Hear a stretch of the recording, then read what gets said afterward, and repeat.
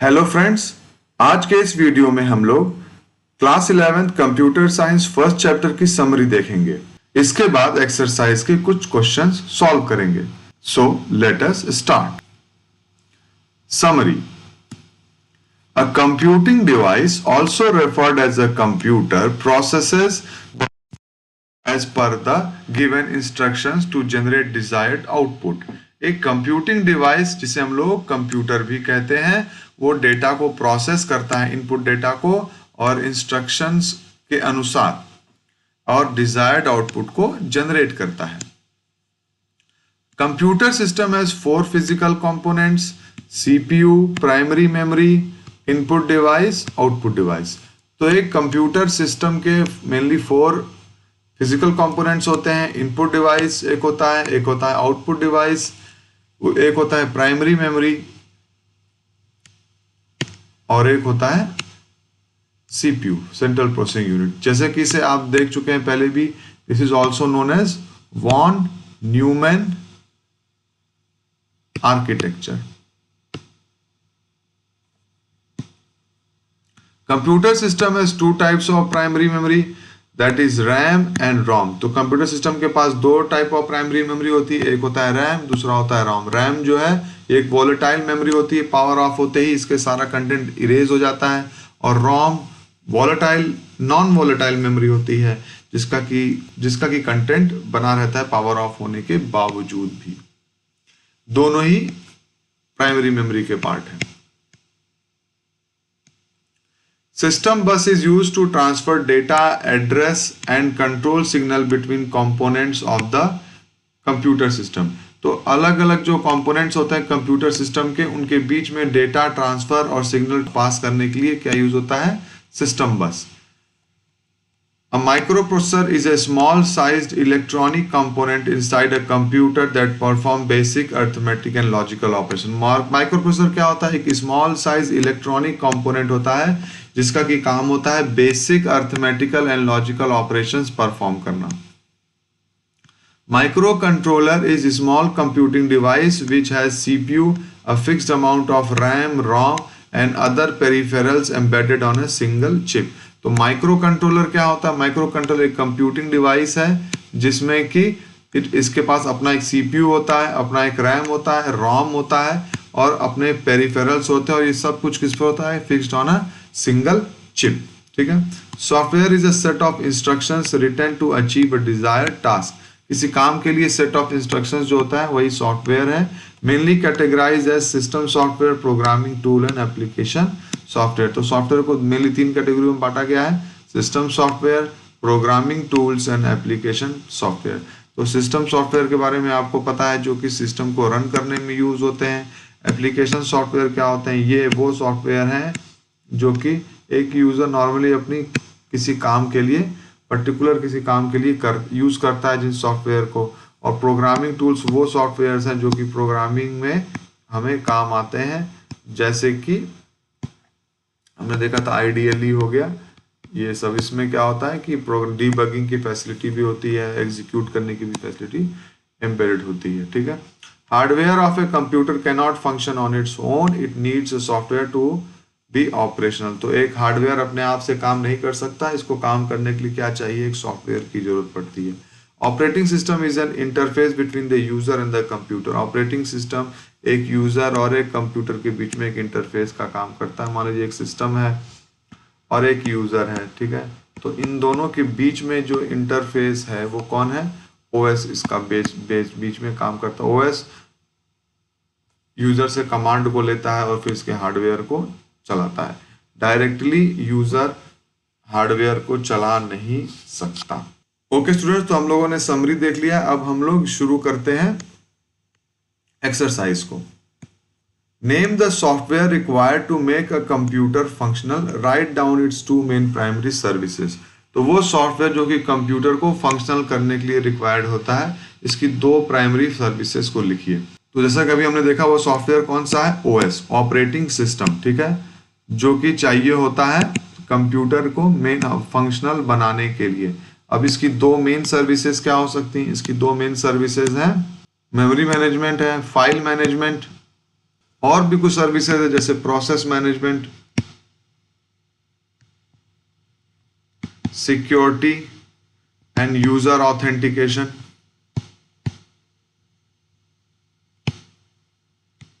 तो ये सारी चीजें हैं, अवेलेबल है।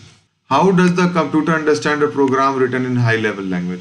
तो कंप्यूटर हाई लेवल लैंग्वेज में लिखे हुए प्रोग्राम को कैसे समझता है? जैसा कि हम जानते हैं हाई लेवल लैंग्वेज में जो भी प्रोग्राम होता है उसे कंप्यूटर नहीं समझ पाता, बल्कि कंप्यूटर क्या समझता है? Machine language. तो इसके बीच में एक हमें और सॉफ्टवेयर का यूज करना पड़ता है, जिसे कि हम लोग बोलते हैं ट्रांसलेटर।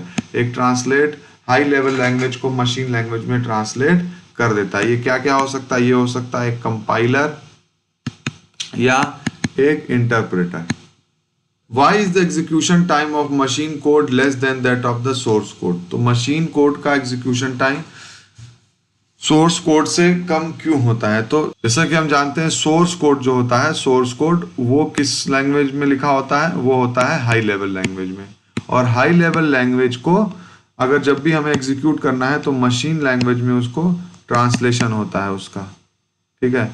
जबकि जो मशीन लैंग्वेज में जो कोड लिखा है वो आराम से ही एग्जीक्यूट हो सकता है। तो जब source code high level language में होगा तो एक उसमें कुछ स्टेप जैसे पूरा प्रोसेस ट्रांसलेशन का जुड़ जाएगा। इसी कारण से एग्जीक्यूशन जो है सोर्स कोड का ज़्यादा लंबा टाइम लेता है, जबकि मशीन कोड का तुरंत एग्जीक्यूट हो जाता है। What is the need of RAM? How does it differ from ROM? तो रैम की रिक्वायरमेंट क्या है? तो मेन मेमोरी की, जैसे कि हम जानते हैं कि मेन मेमोरी के दो पार्ट हैं। कौन कौन से? एक होता है रैम और दूसरा कौन है? रोम। रैंडम एक्सेस मेमोरी और रीड ओनली मेमोरी। तो रैंडम एक्सेस मेमोरी में एक्चुअली जो डेटा होता है वो टेम्पररी स्टोर होता है, वॉलेटाइल होता है, ठीक है, वॉलेटाइल होता है। तो इसका जो यूज है वो कंप्यूटर मेनली कब करता है? जब एग्जीक्यूशन के दौरान उसे डेटा को रखना होता है अपने पास में, ताकि वहां से वो प्रोसेसर जो है मेन मेमोरी से डेटा को फेच कर ले। अब रोम का यूज क्या है? रोम के लिए वो परमानेंट प्रोग्राम्स स्टोर किए जाते हैं जिन्हें बार बार चेंज करने की जरूरत नहीं होती। इनमें मेनली वो प्रोग्राम होते हैं जिनके थ्रू कंप्यूटर अपने सिस्टम को बूट अप करता है, चलाता है। What is the need of secondary memory? Secondary memory का नीड क्या है? जैसे कि हमने देखा कि जो प्राइमरी मेमोरी है वो मेनली क्या होती है? वॉलेटाइल होती है, ठीक है, वॉलेटाइल इन नेचर है, प्लस वो कॉस्टली भी बहुत ज्यादा है, ठीक है। तो इसीलिए क्या आया? सेकेंडरी मेमोरी, जिसमें कि ज्यादा large size of data store कर सकते हैं हम लोग। ये चीप होती है, चीपर है, ठीक है, प्राइमरी मेमोरी से।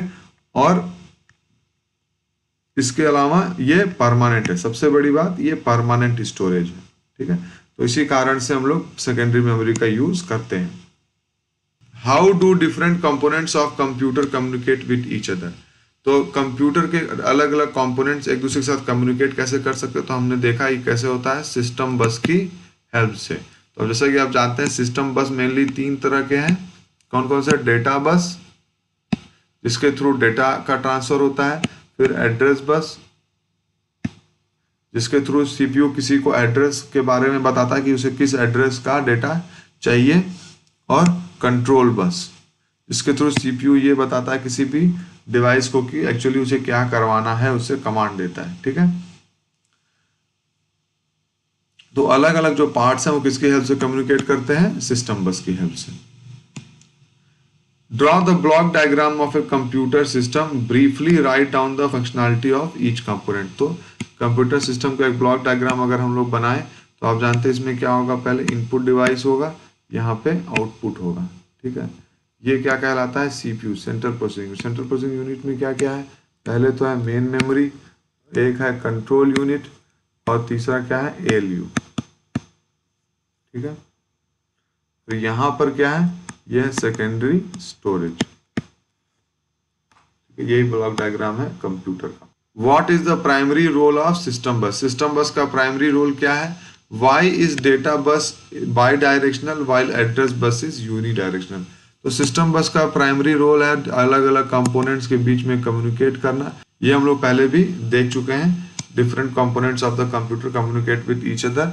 इसके अलावा अब जो डेटा बस है वो बाई डायरेक्शनल क्यों है? तो जैसा कि आप जानते हैं कि मान लीजिए कि कंट्रोल यूनिट है यहाँ पर आपका मेन मेमोरी और प्रोसेसर है ये, ठीक है, एएलयू, ठीक है। तो आप अगर डेटा को मेन मेमोरी से लेकर ALU में जाना होगा प्रोसेस करवाने के लिए, तो वो डेटा बस के थ्रू जाएगा। अब जो रिजल्ट होगा वो वापस फिर मेमोरी में जाकर स्टोर हो जाएगा। अब चूंकि डेटा दोनों ही तरफ भेजने की जरूरत पड़ती है, मेन मेमोरी से प्रोसेसर में, प्रोसेसर से फिर से मेन मेमोरी में, तो या इसलिए क्या है, डेटा बस जो है बाई डायरेक्शनल है। एड्रेस बस यूनिडायरेक्शनल है क्योंकि सिर्फ CPU ही मेन मेमोरी को बताता है कि कौन से एड्रेस का डेटा चाहिए या जो डेटा आ रहा है वो किस एड्रेस पे स्टोर होगा। तो ये चीज बात CPU मेन मेमोरी को बताता है, इसीलिए ये कमांड, ये लाइन एड्रेस बस यूनिडायरेक्शनल है। Difference between proprietary software, freeware, name two software of each type. ठीक है, तो जैसा कि जानते हैं आप लोग, सॉफ्टवेयर मेनली 3 तरह के हैं। कौन कौन से? एक होता है FOSS, free and open source. ठीक है, जो कि जिसमें कि क्या है, जो कि फ्री भी होता है प्लस इसका सोर्स कोड भी अवेलेबल है। ठीक है, दोनों ही अवेलेबल होता है। दूसरा क्या है? दूसरा है आपका फ्रीवेयर। ठीक है, ये फ्री तो होता है लेकिन इसका सोर्स कोड अवेलेबल नहीं होता है। ठीक है, तीसरा क्यों, कौन सा है? प्रोप्राइटरी। ये ना तो फ्री होता है और ना ही इसका सोर्स कोड अवेलेबल है। ठीक है, right the main difference between the micro controller and micro processor. Micro controller और माइक्रो प्रोसेसर के बीच में जो मेन डिफरेंस है वो बताइए। ठीक है, तो माइक्रो कंट्रोलर क्या, हमने देखा कि माइक्रो कंट्रोलर एक ऐसा पार्ट है, एक ऐसा सिस्टम है जो कि एक ही चिप के ऊपर क्या होता है, CPU भी होता है प्लस मेन मेमोरी भी है प्लस पेरिफेरल्स भी हैं। ठीक है, तो ये किसमें होता है? माइक्रो कंट्रोलर में। ठीक, और माइक्रो प्रोसेसर में सिर्फ अपने आप में एक प्रोसेसर है, और जबकि माइक्रो कंट्रोलर में माइक्रो प्रोसेसर तो होता ही है, साथ में मेन मेमोरी, पेरिफेरल्स भी होते हैं। ठीक है, Why do smart home appliances have a microcontroller instead of a microprocessor? तो स्मार्ट होम अप्लायंसेस में माइक्रो कंट्रोलर इसलिए होता है क्योंकि उन अप्लायंसेस को एक स्पेसिफिक काम करना होता है, जनरल पर्पस प्रोग्रामिंग की जरूरत नहीं है, इसीलिए उनके यहाँ एक छोटा सा चिप उसमें लग जाए, ऐसा कोशिश करते हैं, जो कि पूरा एक CPU उसमें आ जाए। तो उसी में क्या होता है, इस छोटे से चिप पर एक प्रोसेसर, एक पेरिफेरल, एक मेन मेमोरी सारा एम्बेड करके उसमें लगा देते हैं। जबकि माइक्रो प्रोसेसर वहां यूज होगा जहां ज्यादा जनरल पर्पस प्रोग्रामिंग का काम हो। ठीक है, mention different types of data that you deal with the browsing the internet. तो हम लोग देखते हैं अलग तरह का कौन सा डेटा है। एक तो अनस्ट्रक्चर्ड है, सेमी स्ट्रक्चर्ड है और स्ट्रक्चर्ड डेटा होता है। ठीक है, categorize the following data as structured, semi structured and unstructured. Newspaper क्या है? न्यूज़पेपर है अनस्ट्रक्चर्ड। ठीक है, फिर क्रिकेट मैच स्कोर है structured, HTML data semi structured. ठीक है, और आपका patient record is hospital, that is structured. ठीक, इसके अलावा क्या है? Name the input device, name the input output device use to do the following. To output audio, तो ये इसके लिए स्पीकर होगा। To enter textual data, keyboard. To make hard copy of text file, printer. To display the data और information, monitor. To enter audio based command, mic. To build 3D model, 3D printer. To assist visually impaired individual in entering data, तो वो होगा आपका Braille keyword, Braille keyboard. Okay, identify the category, system application programming tool of the following software, compiler, assembler, Ubuntu, text editor. ठीक है, तो हमने software का category पढ़ लिया था। ठीक है, सिस्टम सॉफ्टवेयर होते हैं, एप्लीकेशन होते हैं, प्रोग्रामिंग टूल होते हैं। तो कंपाइलर प्रोग्रामिंग टूल है, असेंबलर भी प्रोग्रामिंग टूल है, यूबंटू क्या है? Ubuntu is system software, system और एक तरह का ऑपरेटिंग सिस्टम है। टेक्स्ट एडिटर ये एक एप्लीकेशन सॉफ्टवेयर है। तो फ्रेंड्स, ये हो गया हमारा एक्सरसाइज भी। अब एक्सप्लोर योरसेल्फ पार्ट है, तो आप इसे खुद एक्सप्लोर कर सकते हैं, और फिर भी अगर इसमें कोई प्रॉब्लम आ रही है तो हमें कमेंट में जरूर पूछिए, हम आपके क्वेश्चंस का जरूर आंसर देंगे। फ्रेंड्स, अगर आपको मेरा ये वीडियो पसंद आ रहा है तो इसे लाइक करिए, सब्सक्राइब कर लीजिए चैनल को और वीडियो को शेयर करिए। फ्रेंड्स, अगले वीडियो में हम लोग नेक्स्ट चैप्टर को शुरू करेंगे।